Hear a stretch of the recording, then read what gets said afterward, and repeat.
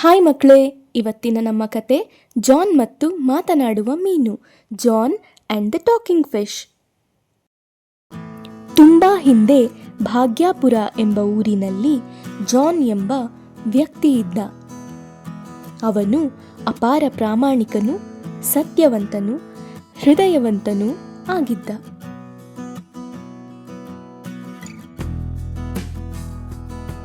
ಅವರಿವರ ಬಳಿ ಕೂಲಿ ಕೆಲಸ ಮಾಡಿಕೊಂಡು ಕಷ್ಟದಲ್ಲೂ ಕೂಡ ತೃಪ್ತಿಯಿಂದಲೇ ಜೀವಿಸುತ್ತಿದ್ದ ಜಾನ್. ಒಮ್ಮೆ ಜಾನ್ ಕೆರೆಯ ಬದಿಯ ರಸ್ತೆಯಲ್ಲಿ ನಡೆದುಕೊಂಡು ಬರುತ್ತಿದ್ದ. ಒಡನೆಯೇ ಆಶ್ಚರ್ಯಕಾರಿ ಘಟನೆಯೊಂದು ನಡೆಯಿತು. ದೊಡ್ಡ ಗಾತ್ರದ ಮೀನೊಂದು ಕೆರೆಯ ರಸ್ತೆಯ ಮೇಲೆ ಹಾರಿ ಬಿದ್ದಿತ್ತು. ಮತ್ತೆ ಕೆರೆಗೆ ಮರಳಲು ಯತ್ನಿಸಿದರೂ ಆಗದೆ ವಿಲವಿಲ ಒದ್ದಾಡತೊಡಗಿತು.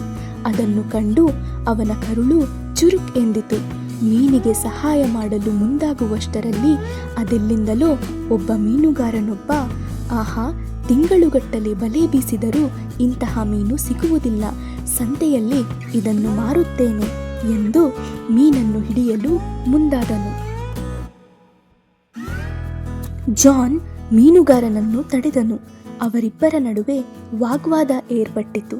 ಕೊನೆಗೆ ತನ್ನ ಇಡೀ ದಿನದ ಸಂಪಾದನೆಯನ್ನು ನೀಡಿದ ಮೇಲೆ ಮೀನುಗಾರ ಗುಣಗುತ್ತಾ ಅಲ್ಲಿಂದ ಜಾಗ ಖಾಲಿ ಮಾಡಿದ. ಜಾನ್ ನಿಧಾನವಾಗಿ ಆ ಮೀನನ್ನು ಕೆರೆಯೊಳಗೆ ಬಿಟ್ಟನು. ಕೆರೆ ಸೇರಿದ ತಕ್ಷಣ ಮೀನು ನೀರೊಳಗೆ ಮಾಯವಾಯಿತು. ಇತ್ತ ಜಾನ್ ಖಾಲಿ ಕೈಯಲ್ಲಿ ಮನೆಗೆ ವಾಪಸ್ಸಾದನು. ಆ ದಿನ ಊಟ ಮಾಡಲು ಏನೂ ಇರಲಿಲ್ಲ. ಹಸಿವಿನಲ್ಲೇ ಆ ಇಡೀ ರಾತ್ರಿಯನ್ನು ಕಳೆದನು. ಈ ಘಟನೆ ನಡೆದು 1 ವಾರ ಕಳೆದಿರಬಹುದು. ಜಾನ್ ಕೆಲಸ ಮಾಡುತ್ತಿದ್ದ ಊರಿನ ಶ್ರೀಮಂತ ವ್ಯಕ್ತಿ ಮುಸ್ತಫಾ ಅವರ ಮನೆಯಲ್ಲಿ ಕಳ್ಳತನವಾಗಿತ್ತು. ಅತ್ಯಂತ ದುಬಾರಿ ಬೆಲೆಯ ಉಂಗುರ ಕಳೆದು ಹೋಗಿತ್ತು. ತಲೆತಲಾಂತರಗಳಿಂದ ಆ ಕುಟುಂಬದ ಆಸ್ತಿಯಾಗಿದ್ದ ಉಂಗುರವಾಗಿತ್ತು ಅದು. ಊರೆಲ್ಲ ಹುಡುಕಿದರೂ ಸಹ ಕಳ್ಳ ಸಿಗಲೇ ಇಲ್ಲ. ತನ್ನ ಒಡೆಯನ ಮನೆಯಲ್ಲಿ ಕಳ್ಳತನವಾಗಿದ್ದನ್ನು ಕೇಳಿ ಜಾನ್ ಕೂಡ ನೊಂದುಕೊಂಡ. ಒಂದು ದಿನ ಸಂಜೆ ಕೆಲಸ ಮುಗಿಸಿ ಕೆರೆಯ ಬದಿಯ ರಸ್ತೆಯಲ್ಲಿ ನಡೆದು ಬರುತ್ತಿದ್ದ. ಅವನ ಹೆಸರನ್ನು ಯಾರೋ ಕರೆದ ಹಾಗಾಯಿತು.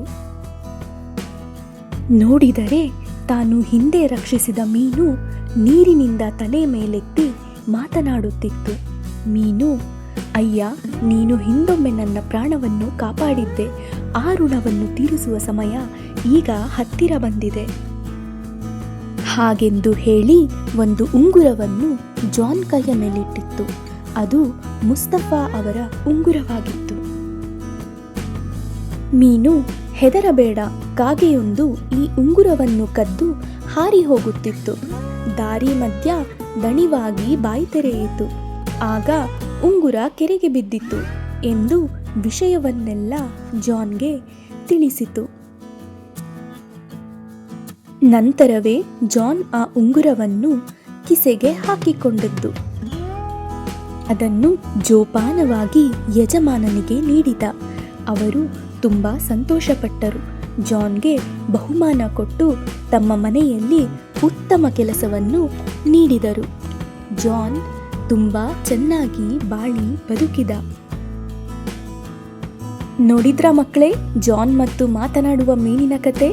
ಇನ್ನೂ ಇಂತಹ ಸುಂದರ ಕತೆಗಳನ್ನು ನೋಡಬೇಕು, ಕೇಳಬೇಕು ಅಂದರೆ ಚರಿ ಟಿವಿನ ಸಬ್ಸ್ಕ್ರೈಬ್ ಮಾಡಿ, ಲೈಕ್ ಮಾಡಿ ಮತ್ತು ಶೇರ್ ಮಾಡಿ.